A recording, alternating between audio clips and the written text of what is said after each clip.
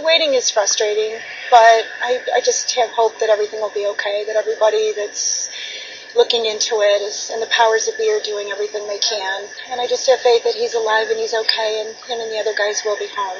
But it's hard to wait. It's been 9 months, and he spent his birthday and all the holidays. That's what's hard for us. How did you find out? My older son, Christopher, called me and told me that they had been kidnapped. I found out the next morning. That's how I found out. Were you around when he was kind of making his decision about going back after he'd gotten out of the Army? Yes, what was that process like for him? He was trying to make a decision. He thought about it before, and he was kind of going back and forth with it. And when he last talked to me about it, I was honestly trying to discourage him. But I wanted to show support if that's what he decided to do.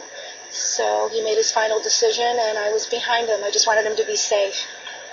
Did you get a chance to see the video that the Washington Post has put up of your son? I did just today. I saw it. Yeah, I was able to have the capacity to have it run and have the audio capability. A friend showed it to me today. What did you think when you were listening to him talk about being there, what shaped his decision, and what his everyday life was like before this happened to him? My first thought was, that's Jonathan. You know, he's like making the most of it. He talked about the dangers and what it was like being there and what they encountered, but he said you just do it. He even mentioned about becoming numb and just doing it, and you just get the job done. But seeing him and hearing him talk, that was him. So it was actually a positive thing when he was doing the interview, that he felt strong about it, and he said he had served his country and he didn't see a problem with going and doing this. How do you not get lost in worry for him? It's on my mind 24/7. I moved to Florida last October. I have a lot of support there with people I work with. I have family there. I have to be strong for him. That's my thing, is just to be strong for his sake and mine, and be positive. The communication back and forth with the government, what has that been like for you? Because you know that sometimes they know things that they can't tell you about. Right. I understand that, and they've been pretty good. I have the State Department call me once a week. Even if they don't have any information, at least it's a contact, and I'm just hoping for the best. To me, sometimes no news is good news. When was the last time you heard from them something substantive? About a week ago.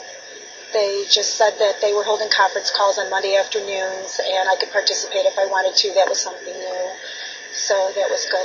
With the other families and the State Department, when she updates them on what's happened. There certainly has been a groundswell of support for getting these men freed. People now from Minneapolis starting to take things into their own hands. How do you feel about that? I think it's great. At first, I think we didn't really know what to do and how much attention it should get, and now it's nice to see the families doing what they can, as long as it's for their good and their safety. Yeah, it's nice. A lot of people have shown support, and the families are now getting involved.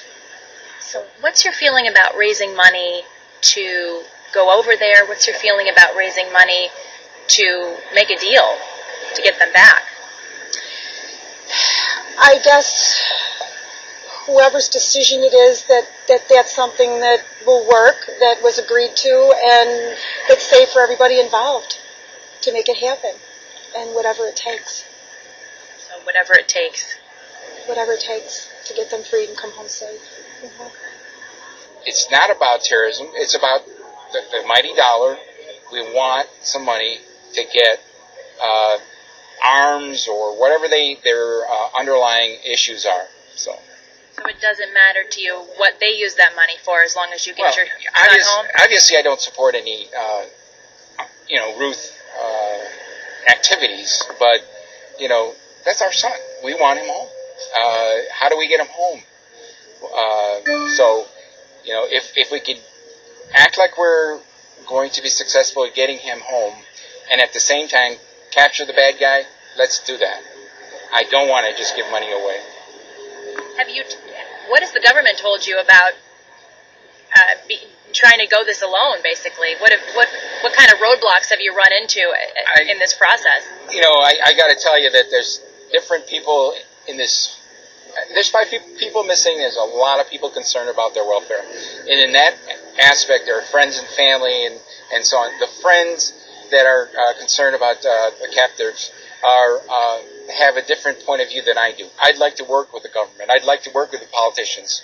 I want to be with the mainstream of way things should be done. Unfortunately, I don't think that a 3-month tour in Baghdad as a hostage affairs in a hostage affairs group is going to do it. And if, I hope you are listening to what I'm saying here. I spent a tour in Okinawa for 1 year. That was the smallest tour you could have in the Marine Corps. So why can't we have that for our hostage affairs folks? I mean, is it too much to ask them?